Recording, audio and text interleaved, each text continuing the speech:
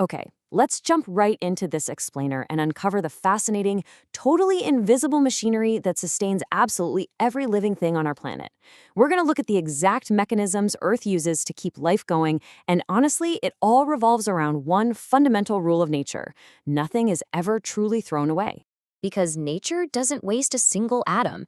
The exact water molecules in your glass today have been endlessly recycled for billions of years. So, are you drinking dinosaur water right now? Yeah, you likely are. It's kind of wild to think about, but it perfectly highlights just how insanely resourceful our planet really is. Now, this magic trick of nature happens through biogeochemical cycles. You can think of them as Earth's ultimate recycling system. Basically, they're the continuous pathways where essential elements move seamlessly between the biological, living things, the geological, like our Earth and rocks, and all sorts of chemical processes. So here's how we're going to break this down today. First, we'll look at Earth's ultimate recycling system as a whole. Then we'll dive into the water cycle, check out the fast cycles moving through air and life, then the slow cycles locked in rocks and minerals, and finally, we'll look at how human disruptions are throwing a wrench into the balance. All right, let's kick things off with part one: Earth's ultimate recycling system. Nature basically categorizes its assets into two main banking systems: gaseous cycles and sedimentary cycles. Gaseous cycles, like carbon and nitrogen, they act a lot like fast-moving, quick loans from the atmosphere. They operate really quickly, on scales of days or years. But on the flip side, you have sedimentary cycles, like phosphorus. These are the Earth's fixed deposits. They're locked away in the crust and rocks, moving incredibly slowly over thousands, even millions of years. Moving right along to section 2, let's talk about the water cycle. This cycle flows in these continuous, pretty elegant steps. First up, the sun heats the oceans, pulling water up as vapor through evaporation, while plants basically sweat water out through a process called transpiration.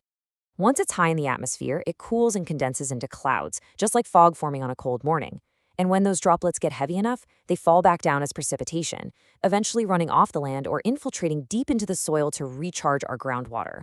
But as you probably guessed, humans disrupt this natural flow in some pretty dramatic ways. When we cut down forests, we lose that vital plant transpiration, which leads to significantly drier climates. Plus, this is a massive issue in highly concreted cities like Mumbai or Delhi. Because we've literally paved over the earth, the rain simply can't soak into the ground. This creates what experts call infiltration failure, causing severe and incredibly rapid urban flooding. Okay, let's speed things up a bit in section 3 with the fast cycles, air and life. There's actually a huge imbalance in what we breathe every day. Our atmosphere is the main reservoir for these fast cycles, and it's overwhelmingly dominated by 78% nitrogen. Oxygen comes in second at 21%. And carbon dioxide, well, despite all the attention it gets, and, rightfully so, it makes up just a tiny fraction of that remaining 1%. But as we're going to see, it is incredibly mighty. Let's look at how oxygen and carbon interact, because they are perfectly interconnected. Plants breathe in carbon dioxide and use sunlight to give us oxygen through photosynthesis. Meanwhile, animal respiration and the combustion of things like fossil fuels or forests do the exact opposite. They consume oxygen to release carbon dioxide back into the atmosphere. It's a beautifully balanced ledger, really, as long as neither side overspends. Then we have nitrogen, which is absolutely essential for our DNA and proteins. But there's a big catch here. Even though the air around us is 78% nitrogen, plants literally cannot use raw nitrogen gas. It has to go through a process called nitrogen fixation. Think of the bacteria in the soil that do this as like translators. They take a completely foreign language, raw nitrogen gas, and translate it into a usable language like ammonia or nitrates that the plants can actually read and absorb. However, this nitrogen cycle has some serious vulnerabilities when human industry gets involved. When we pump excess nitrogen into the system through synthetic agricultural fertilizers, all that runoff washes right into our rivers and oceans. This overloads water bodies with nutrients, triggering massive algae blooms. And when that algae dies, the decomposition process sucks all the oxygen out of the water, creating literal dead zones where marine life simply suffocates. We're seeing this happen on a massive scale in places like the Gulf of Mexico. And then there's the carbon cycle, the literal backbone of all organic life. It's in constant motion. Plants absorb it, respiration and decomposition release it. Our oceans absorb a massive amount of it.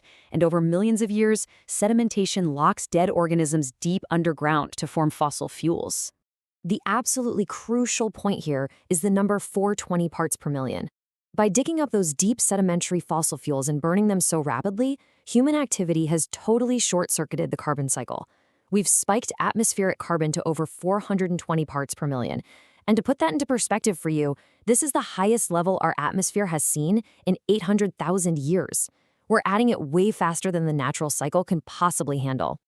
Let's shift gears now to section 4 and look at the slow cycles, rocks and minerals. We'll start with the sulfur cycle. Sulfur is essential for our proteins, and fun fact, it's actually what gives garlic, onions, and rotten eggs their signature pungent smell. Naturally, it moves really slowly from weathering rocks into the soil, or gets violently expelled by volcanoes.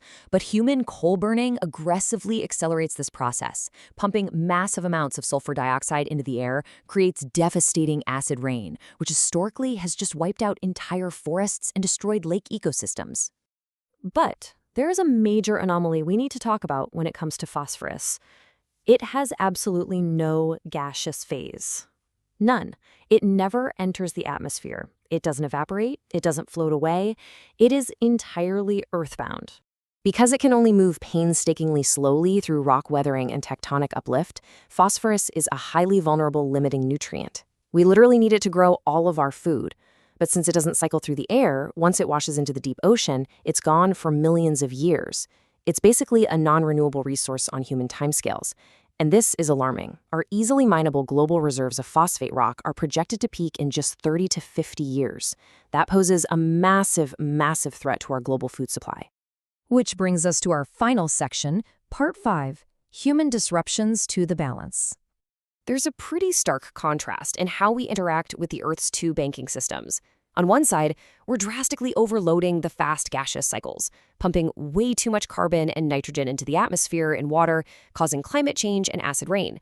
On the other side, we're rapidly draining the slow sedimentary cycles, mining out resources like phosphorus way faster than the Earth can replenish them, leading to severe resource depletion.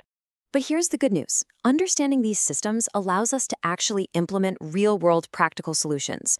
We can totally fix this. We can use crop rotation to naturally fix nitrogen in the soil without synthetic fertilizers. We can fiercely protect our forests so they continue to act as massive carbon sinks. We can harvest rainwater in our cities to help heal the hydrological cycle and recharge underground aquifers.